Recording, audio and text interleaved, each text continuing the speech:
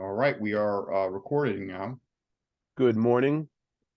I am John McEntee, and I am joined with our NJEA Uniserv rep, Sasha Wolf. Hello, everyone. And hello, Sasha. We are coming to you today through this video to do a couple of things. First, to give you the most recent update as to what's going on and to really start to give you that information now that my video earlier this week referenced. But before we do that, I want to talk a little bit about some ideas we've had here in the office to help streamline this process. Number one, currently right now, by the time you watch this video, the salary guides and the memorandum of agreement are now posted on the PEA website. The website for the Patterson Education Association is www.pattersonea.org. Once you log into that website, you will be prompted to locate at the very top the members only section of the guide. When you click on members only, you will see the settlement info tab. Once you click that, you will be prompted to place your NJEA PIN and password into the computer. That is the PIN located on your NJEA card that was mailed to you back in October. The password is typically the last 4 digits of your social security number, unless you've changed it. If you've changed it on your own, then that's only a password that you would have. If you have any questions about where your NJEA card is, Sasha, where would a member go if they didn't receive it and or do not have it currently? If a member is unsure about their PIN and password, they can contact our office. There's also the ability to reset their password on the NJA website. Okay, and to contact your office, the telephone number is 973 694-0154.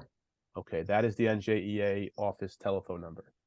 Okay, so that is important because the reason we need to lock that information down is, although it is public information at some point, belonging to the union has its benefits, and one of them is to access materials and to vote on contracts, vote in elections.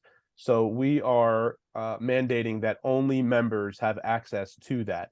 A non-member or potential member would not have access to that information, and they are not allowed to vote on the ratification process. So that's important. Okay, moving forward. We have rosters here at the PEA that we announced at the delegate meeting. Delegates, we're asking you to please come to the office to pick up your rosters. Now, it's important for us to have all of your updated information because as we move now towards the voting process, we're going to need to make sure we know that you're in the current school that's in our system. We know that you have the current information updated, your emails, your telephone numbers, your contact information.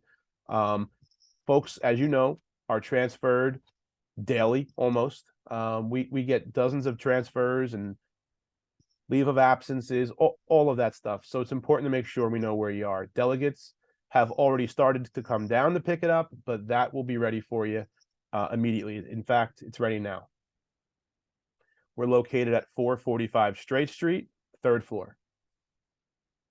Okay, you can also update your personal information through logging into the NJEA system, but if you certainly have an updated email address where many of our updates will be coming regarding this information, please call our office anytime at 973-881-9445, and we will do our very best to make sure that we have all of your current contact information so that you can receive our email blasts. We also have a contact social media page. If you sign up to the Patterson Education Association Facebook page, we also post things like this video onto that page. All right, so without further ado, Sasha and I are going to present to you some information, but there's one final thing I want to talk about, which isn't the first time you're going to hear it, but I think it bears repeating for those who did not see our message earlier this week. So we're kind of fast tracking this here now. Now that we've gotten the go ahead to share this information, and both sides have agreed to the guides. The next step, which is, check mark, we did it, is we've posted the MOA as well as the contract salary guides. Now, I want to say we started to put this up late last night in preparation for today's 11 o'clock meeting with Sasha and I to do this video. And we needed to pull it down fast because we realized that there was a problem with where we put it. So some members already have printed it out, which is fine. It was up there for you to see. And he kind of got a little bit ahead of us, but that's certainly fine. So it's the same information, and there were some issues with the website, and that's why we needed to make sure it was up so that we didn't put a message out there and then get 1,000 calls saying that the information wasn't opening properly. So that's taken care of. The next step in this process is March 9th. Please mark your calendars. We're going to have a virtual webinar with all of our members. The first time we're doing this after settling the contract, but we believe it's important to have as many different types of meetings and outreach with you to give you the information, explain it thoroughly, and to have some questions and answers for you. So the links for those meetings will be developed soon. We're trying to increase the platform to allow for a greater number of members, excuse me. So please look out for that. And where you'll receive that link is through an email. So please, that's why we talked a little bit before about making sure your information is correct, because we don't want anyone to have missed the opportunity to do that. That meeting will begin after school, and we'll give you the details through a flyer soon.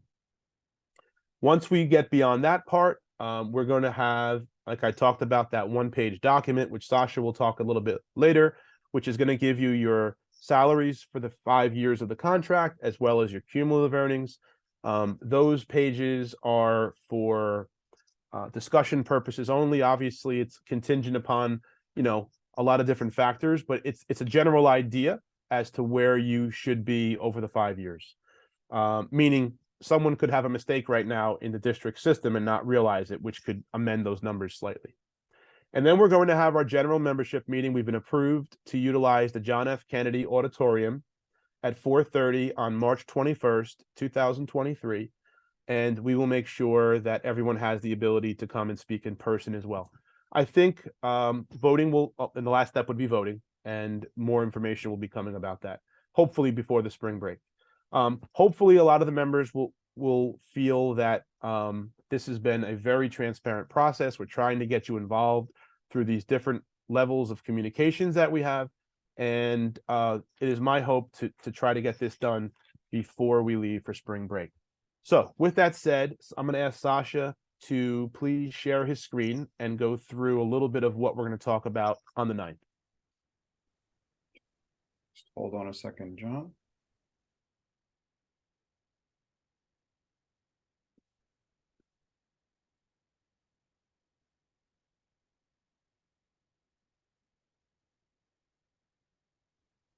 Okay.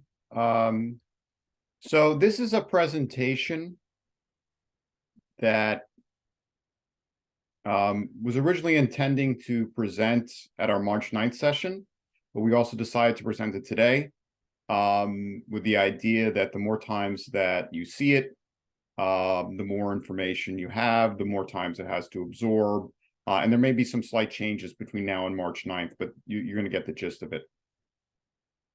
All right, so this is a 5-year deal, 2023 to the 2027.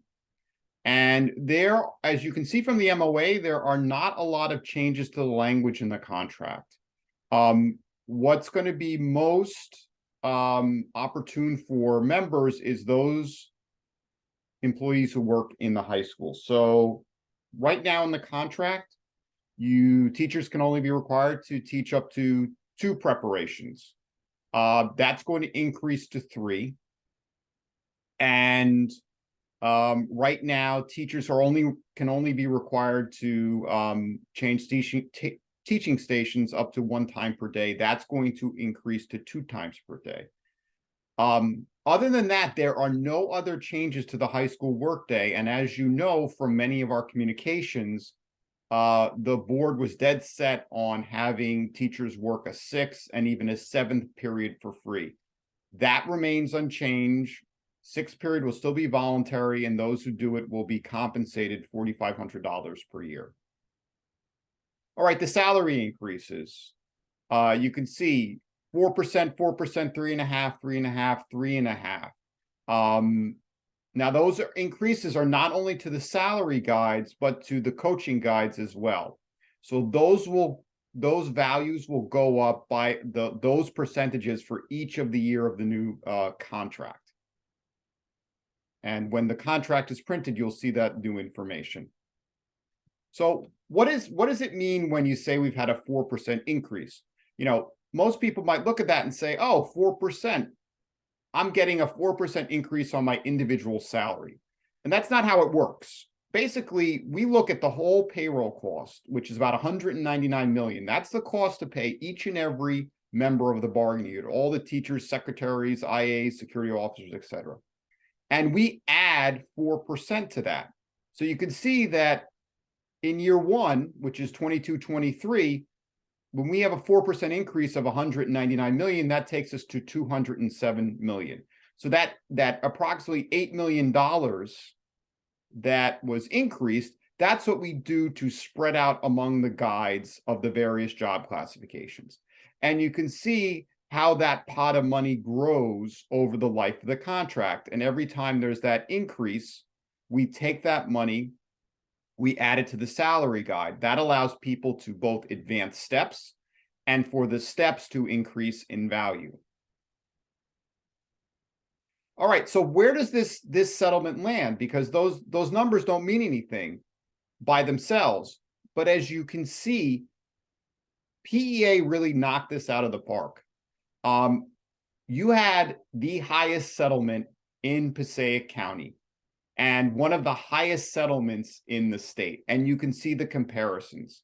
The average settlements for the first 2 years, it's not even close in Passaic County or the rest of the state. And even in the out years, the last 3 years of the contract, the 3.5% you're getting are much higher than what everyone else is getting. So you should congratulate yourselves on getting a phenomenal settlement in comparison to everyone else. All right, so the big question is, you have the guides, what does it mean? So let's start with the general principle. For every year of the contract, all employees will advance one step on the guide, okay? But that salary advancement is not automatic. And there are a couple provisions that are already existing in the contract that you should be aware of, so that when you look at the salary sheet that John mentioned, you don't say, well, why didn't I advance a step for this year? So Article 11 is the earned increment eligibility. And basically it says that if you're hired after a certain date, you don't advance on the guide. And you see for 10-month employees, that's February 1, 12-month employees, that's January 1. So if I'm hired on February 2nd, I remain at my step for the following year. And again, that's pre-existing contract language. That wasn't changed. In addition, all employees have to work a certain amount of days per year in order to advance the next step. That's called active service. And for 10-month employees, that's 120 days. For 12-month employees, it's 150 days. Active service is defined as either actually being at work, working, or being on paid leave, such as sick, personal, family illness, etc. Unpaid leave does not count as active service. If you don't make that time, you don't advance the next step on the salary guide. Again, this is pre-existing contract language. This has not changed. In addition, if you're certificated staff, besides the active service, you also have to be rated effective or highly effective in order to advance a step. And I just want to add also, if your increment is withheld for pedagogical or disciplinary reasons, that also affects your guide movement. All right, the big change with this contract is that for the first time since 2014, there will be one salary guide for all certificated staff with educational columns, BA, BA 30, MA, MA 30, and PhD.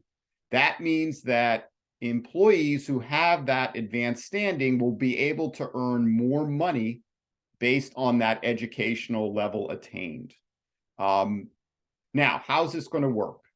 So let's talk about the change. So employees who are on the single salary guide who already have a degree on file with the district will be placed on the appropriate column effective September 1 of 2023. So if I have a master's degree right now, I'm on the single salary guide column, I'm not getting compensated for that.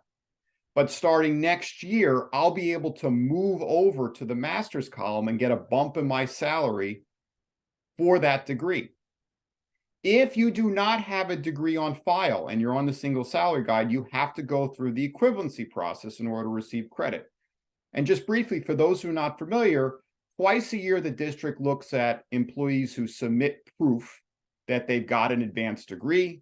The district does some checks on whether that's through an accredited university, et cetera. And then if it's approved, it's retroactive to, I believe, September 1st or February 1st of that school year.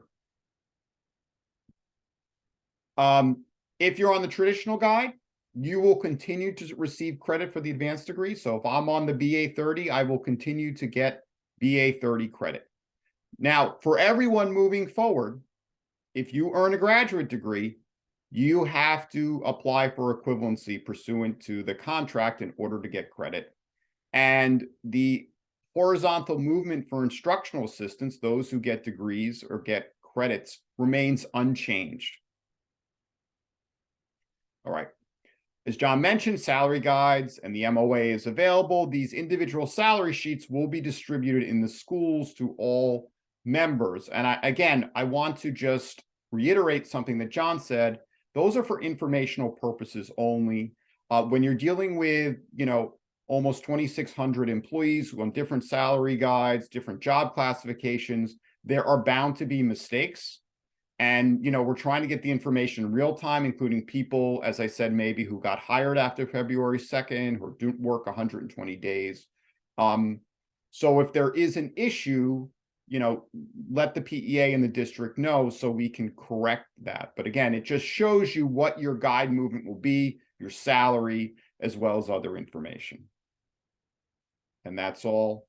And we will do a variation on this presentation on March 9th, which you will be able to ask questions. Now, just a couple things that I'd like to say before we send this out to the masses. So first, I am exceptionally proud of our negotiating team for their hard work, their dedication, and their steadfast determination to get this done. A major shout out to our membership as well for all of their support during this process. Now, there's going to be probably an infinite amount of questions that come as a result, and we're trying to have as many different forms for you to understand what your question is. It's going to be impossible sometimes to answer every single one on these forums, but just a couple parting thoughts here. So like I said, I'm extremely proud, but I'm also extremely proud of what it is we were able to accomplish, because, for folks at Max on the teachers side of things, we were able to just about double the amount of money that we gave you compared to the 18 contract over the course of the 5 years. For the starting salary folks, we were able to, starting in September, bring our starting salary up to a more respectable number. We finally hit the $60,000 mark. Since 2014, we have not been able to hire folks with the intent, even though they were utilizing our tuition reimbursement, they were taking those degrees and saying, pick a town anywhere, they're paying me for that equivalency credit. We're now able to attract and retain folks. For the folks that were stuck, still trying to get through that traditional guide, right? And they maybe were on step 9, looking across at their counterparts, seeing that they were making $8,000, $9,000, $10,000 less. We've right-sized that problem as well. For the folks that our secretaries, our ESPs, our IAs, our security guards, they're going home with healthy salary increases, still remain some of the highest ESPs in the state. still receive the same level of health benefits.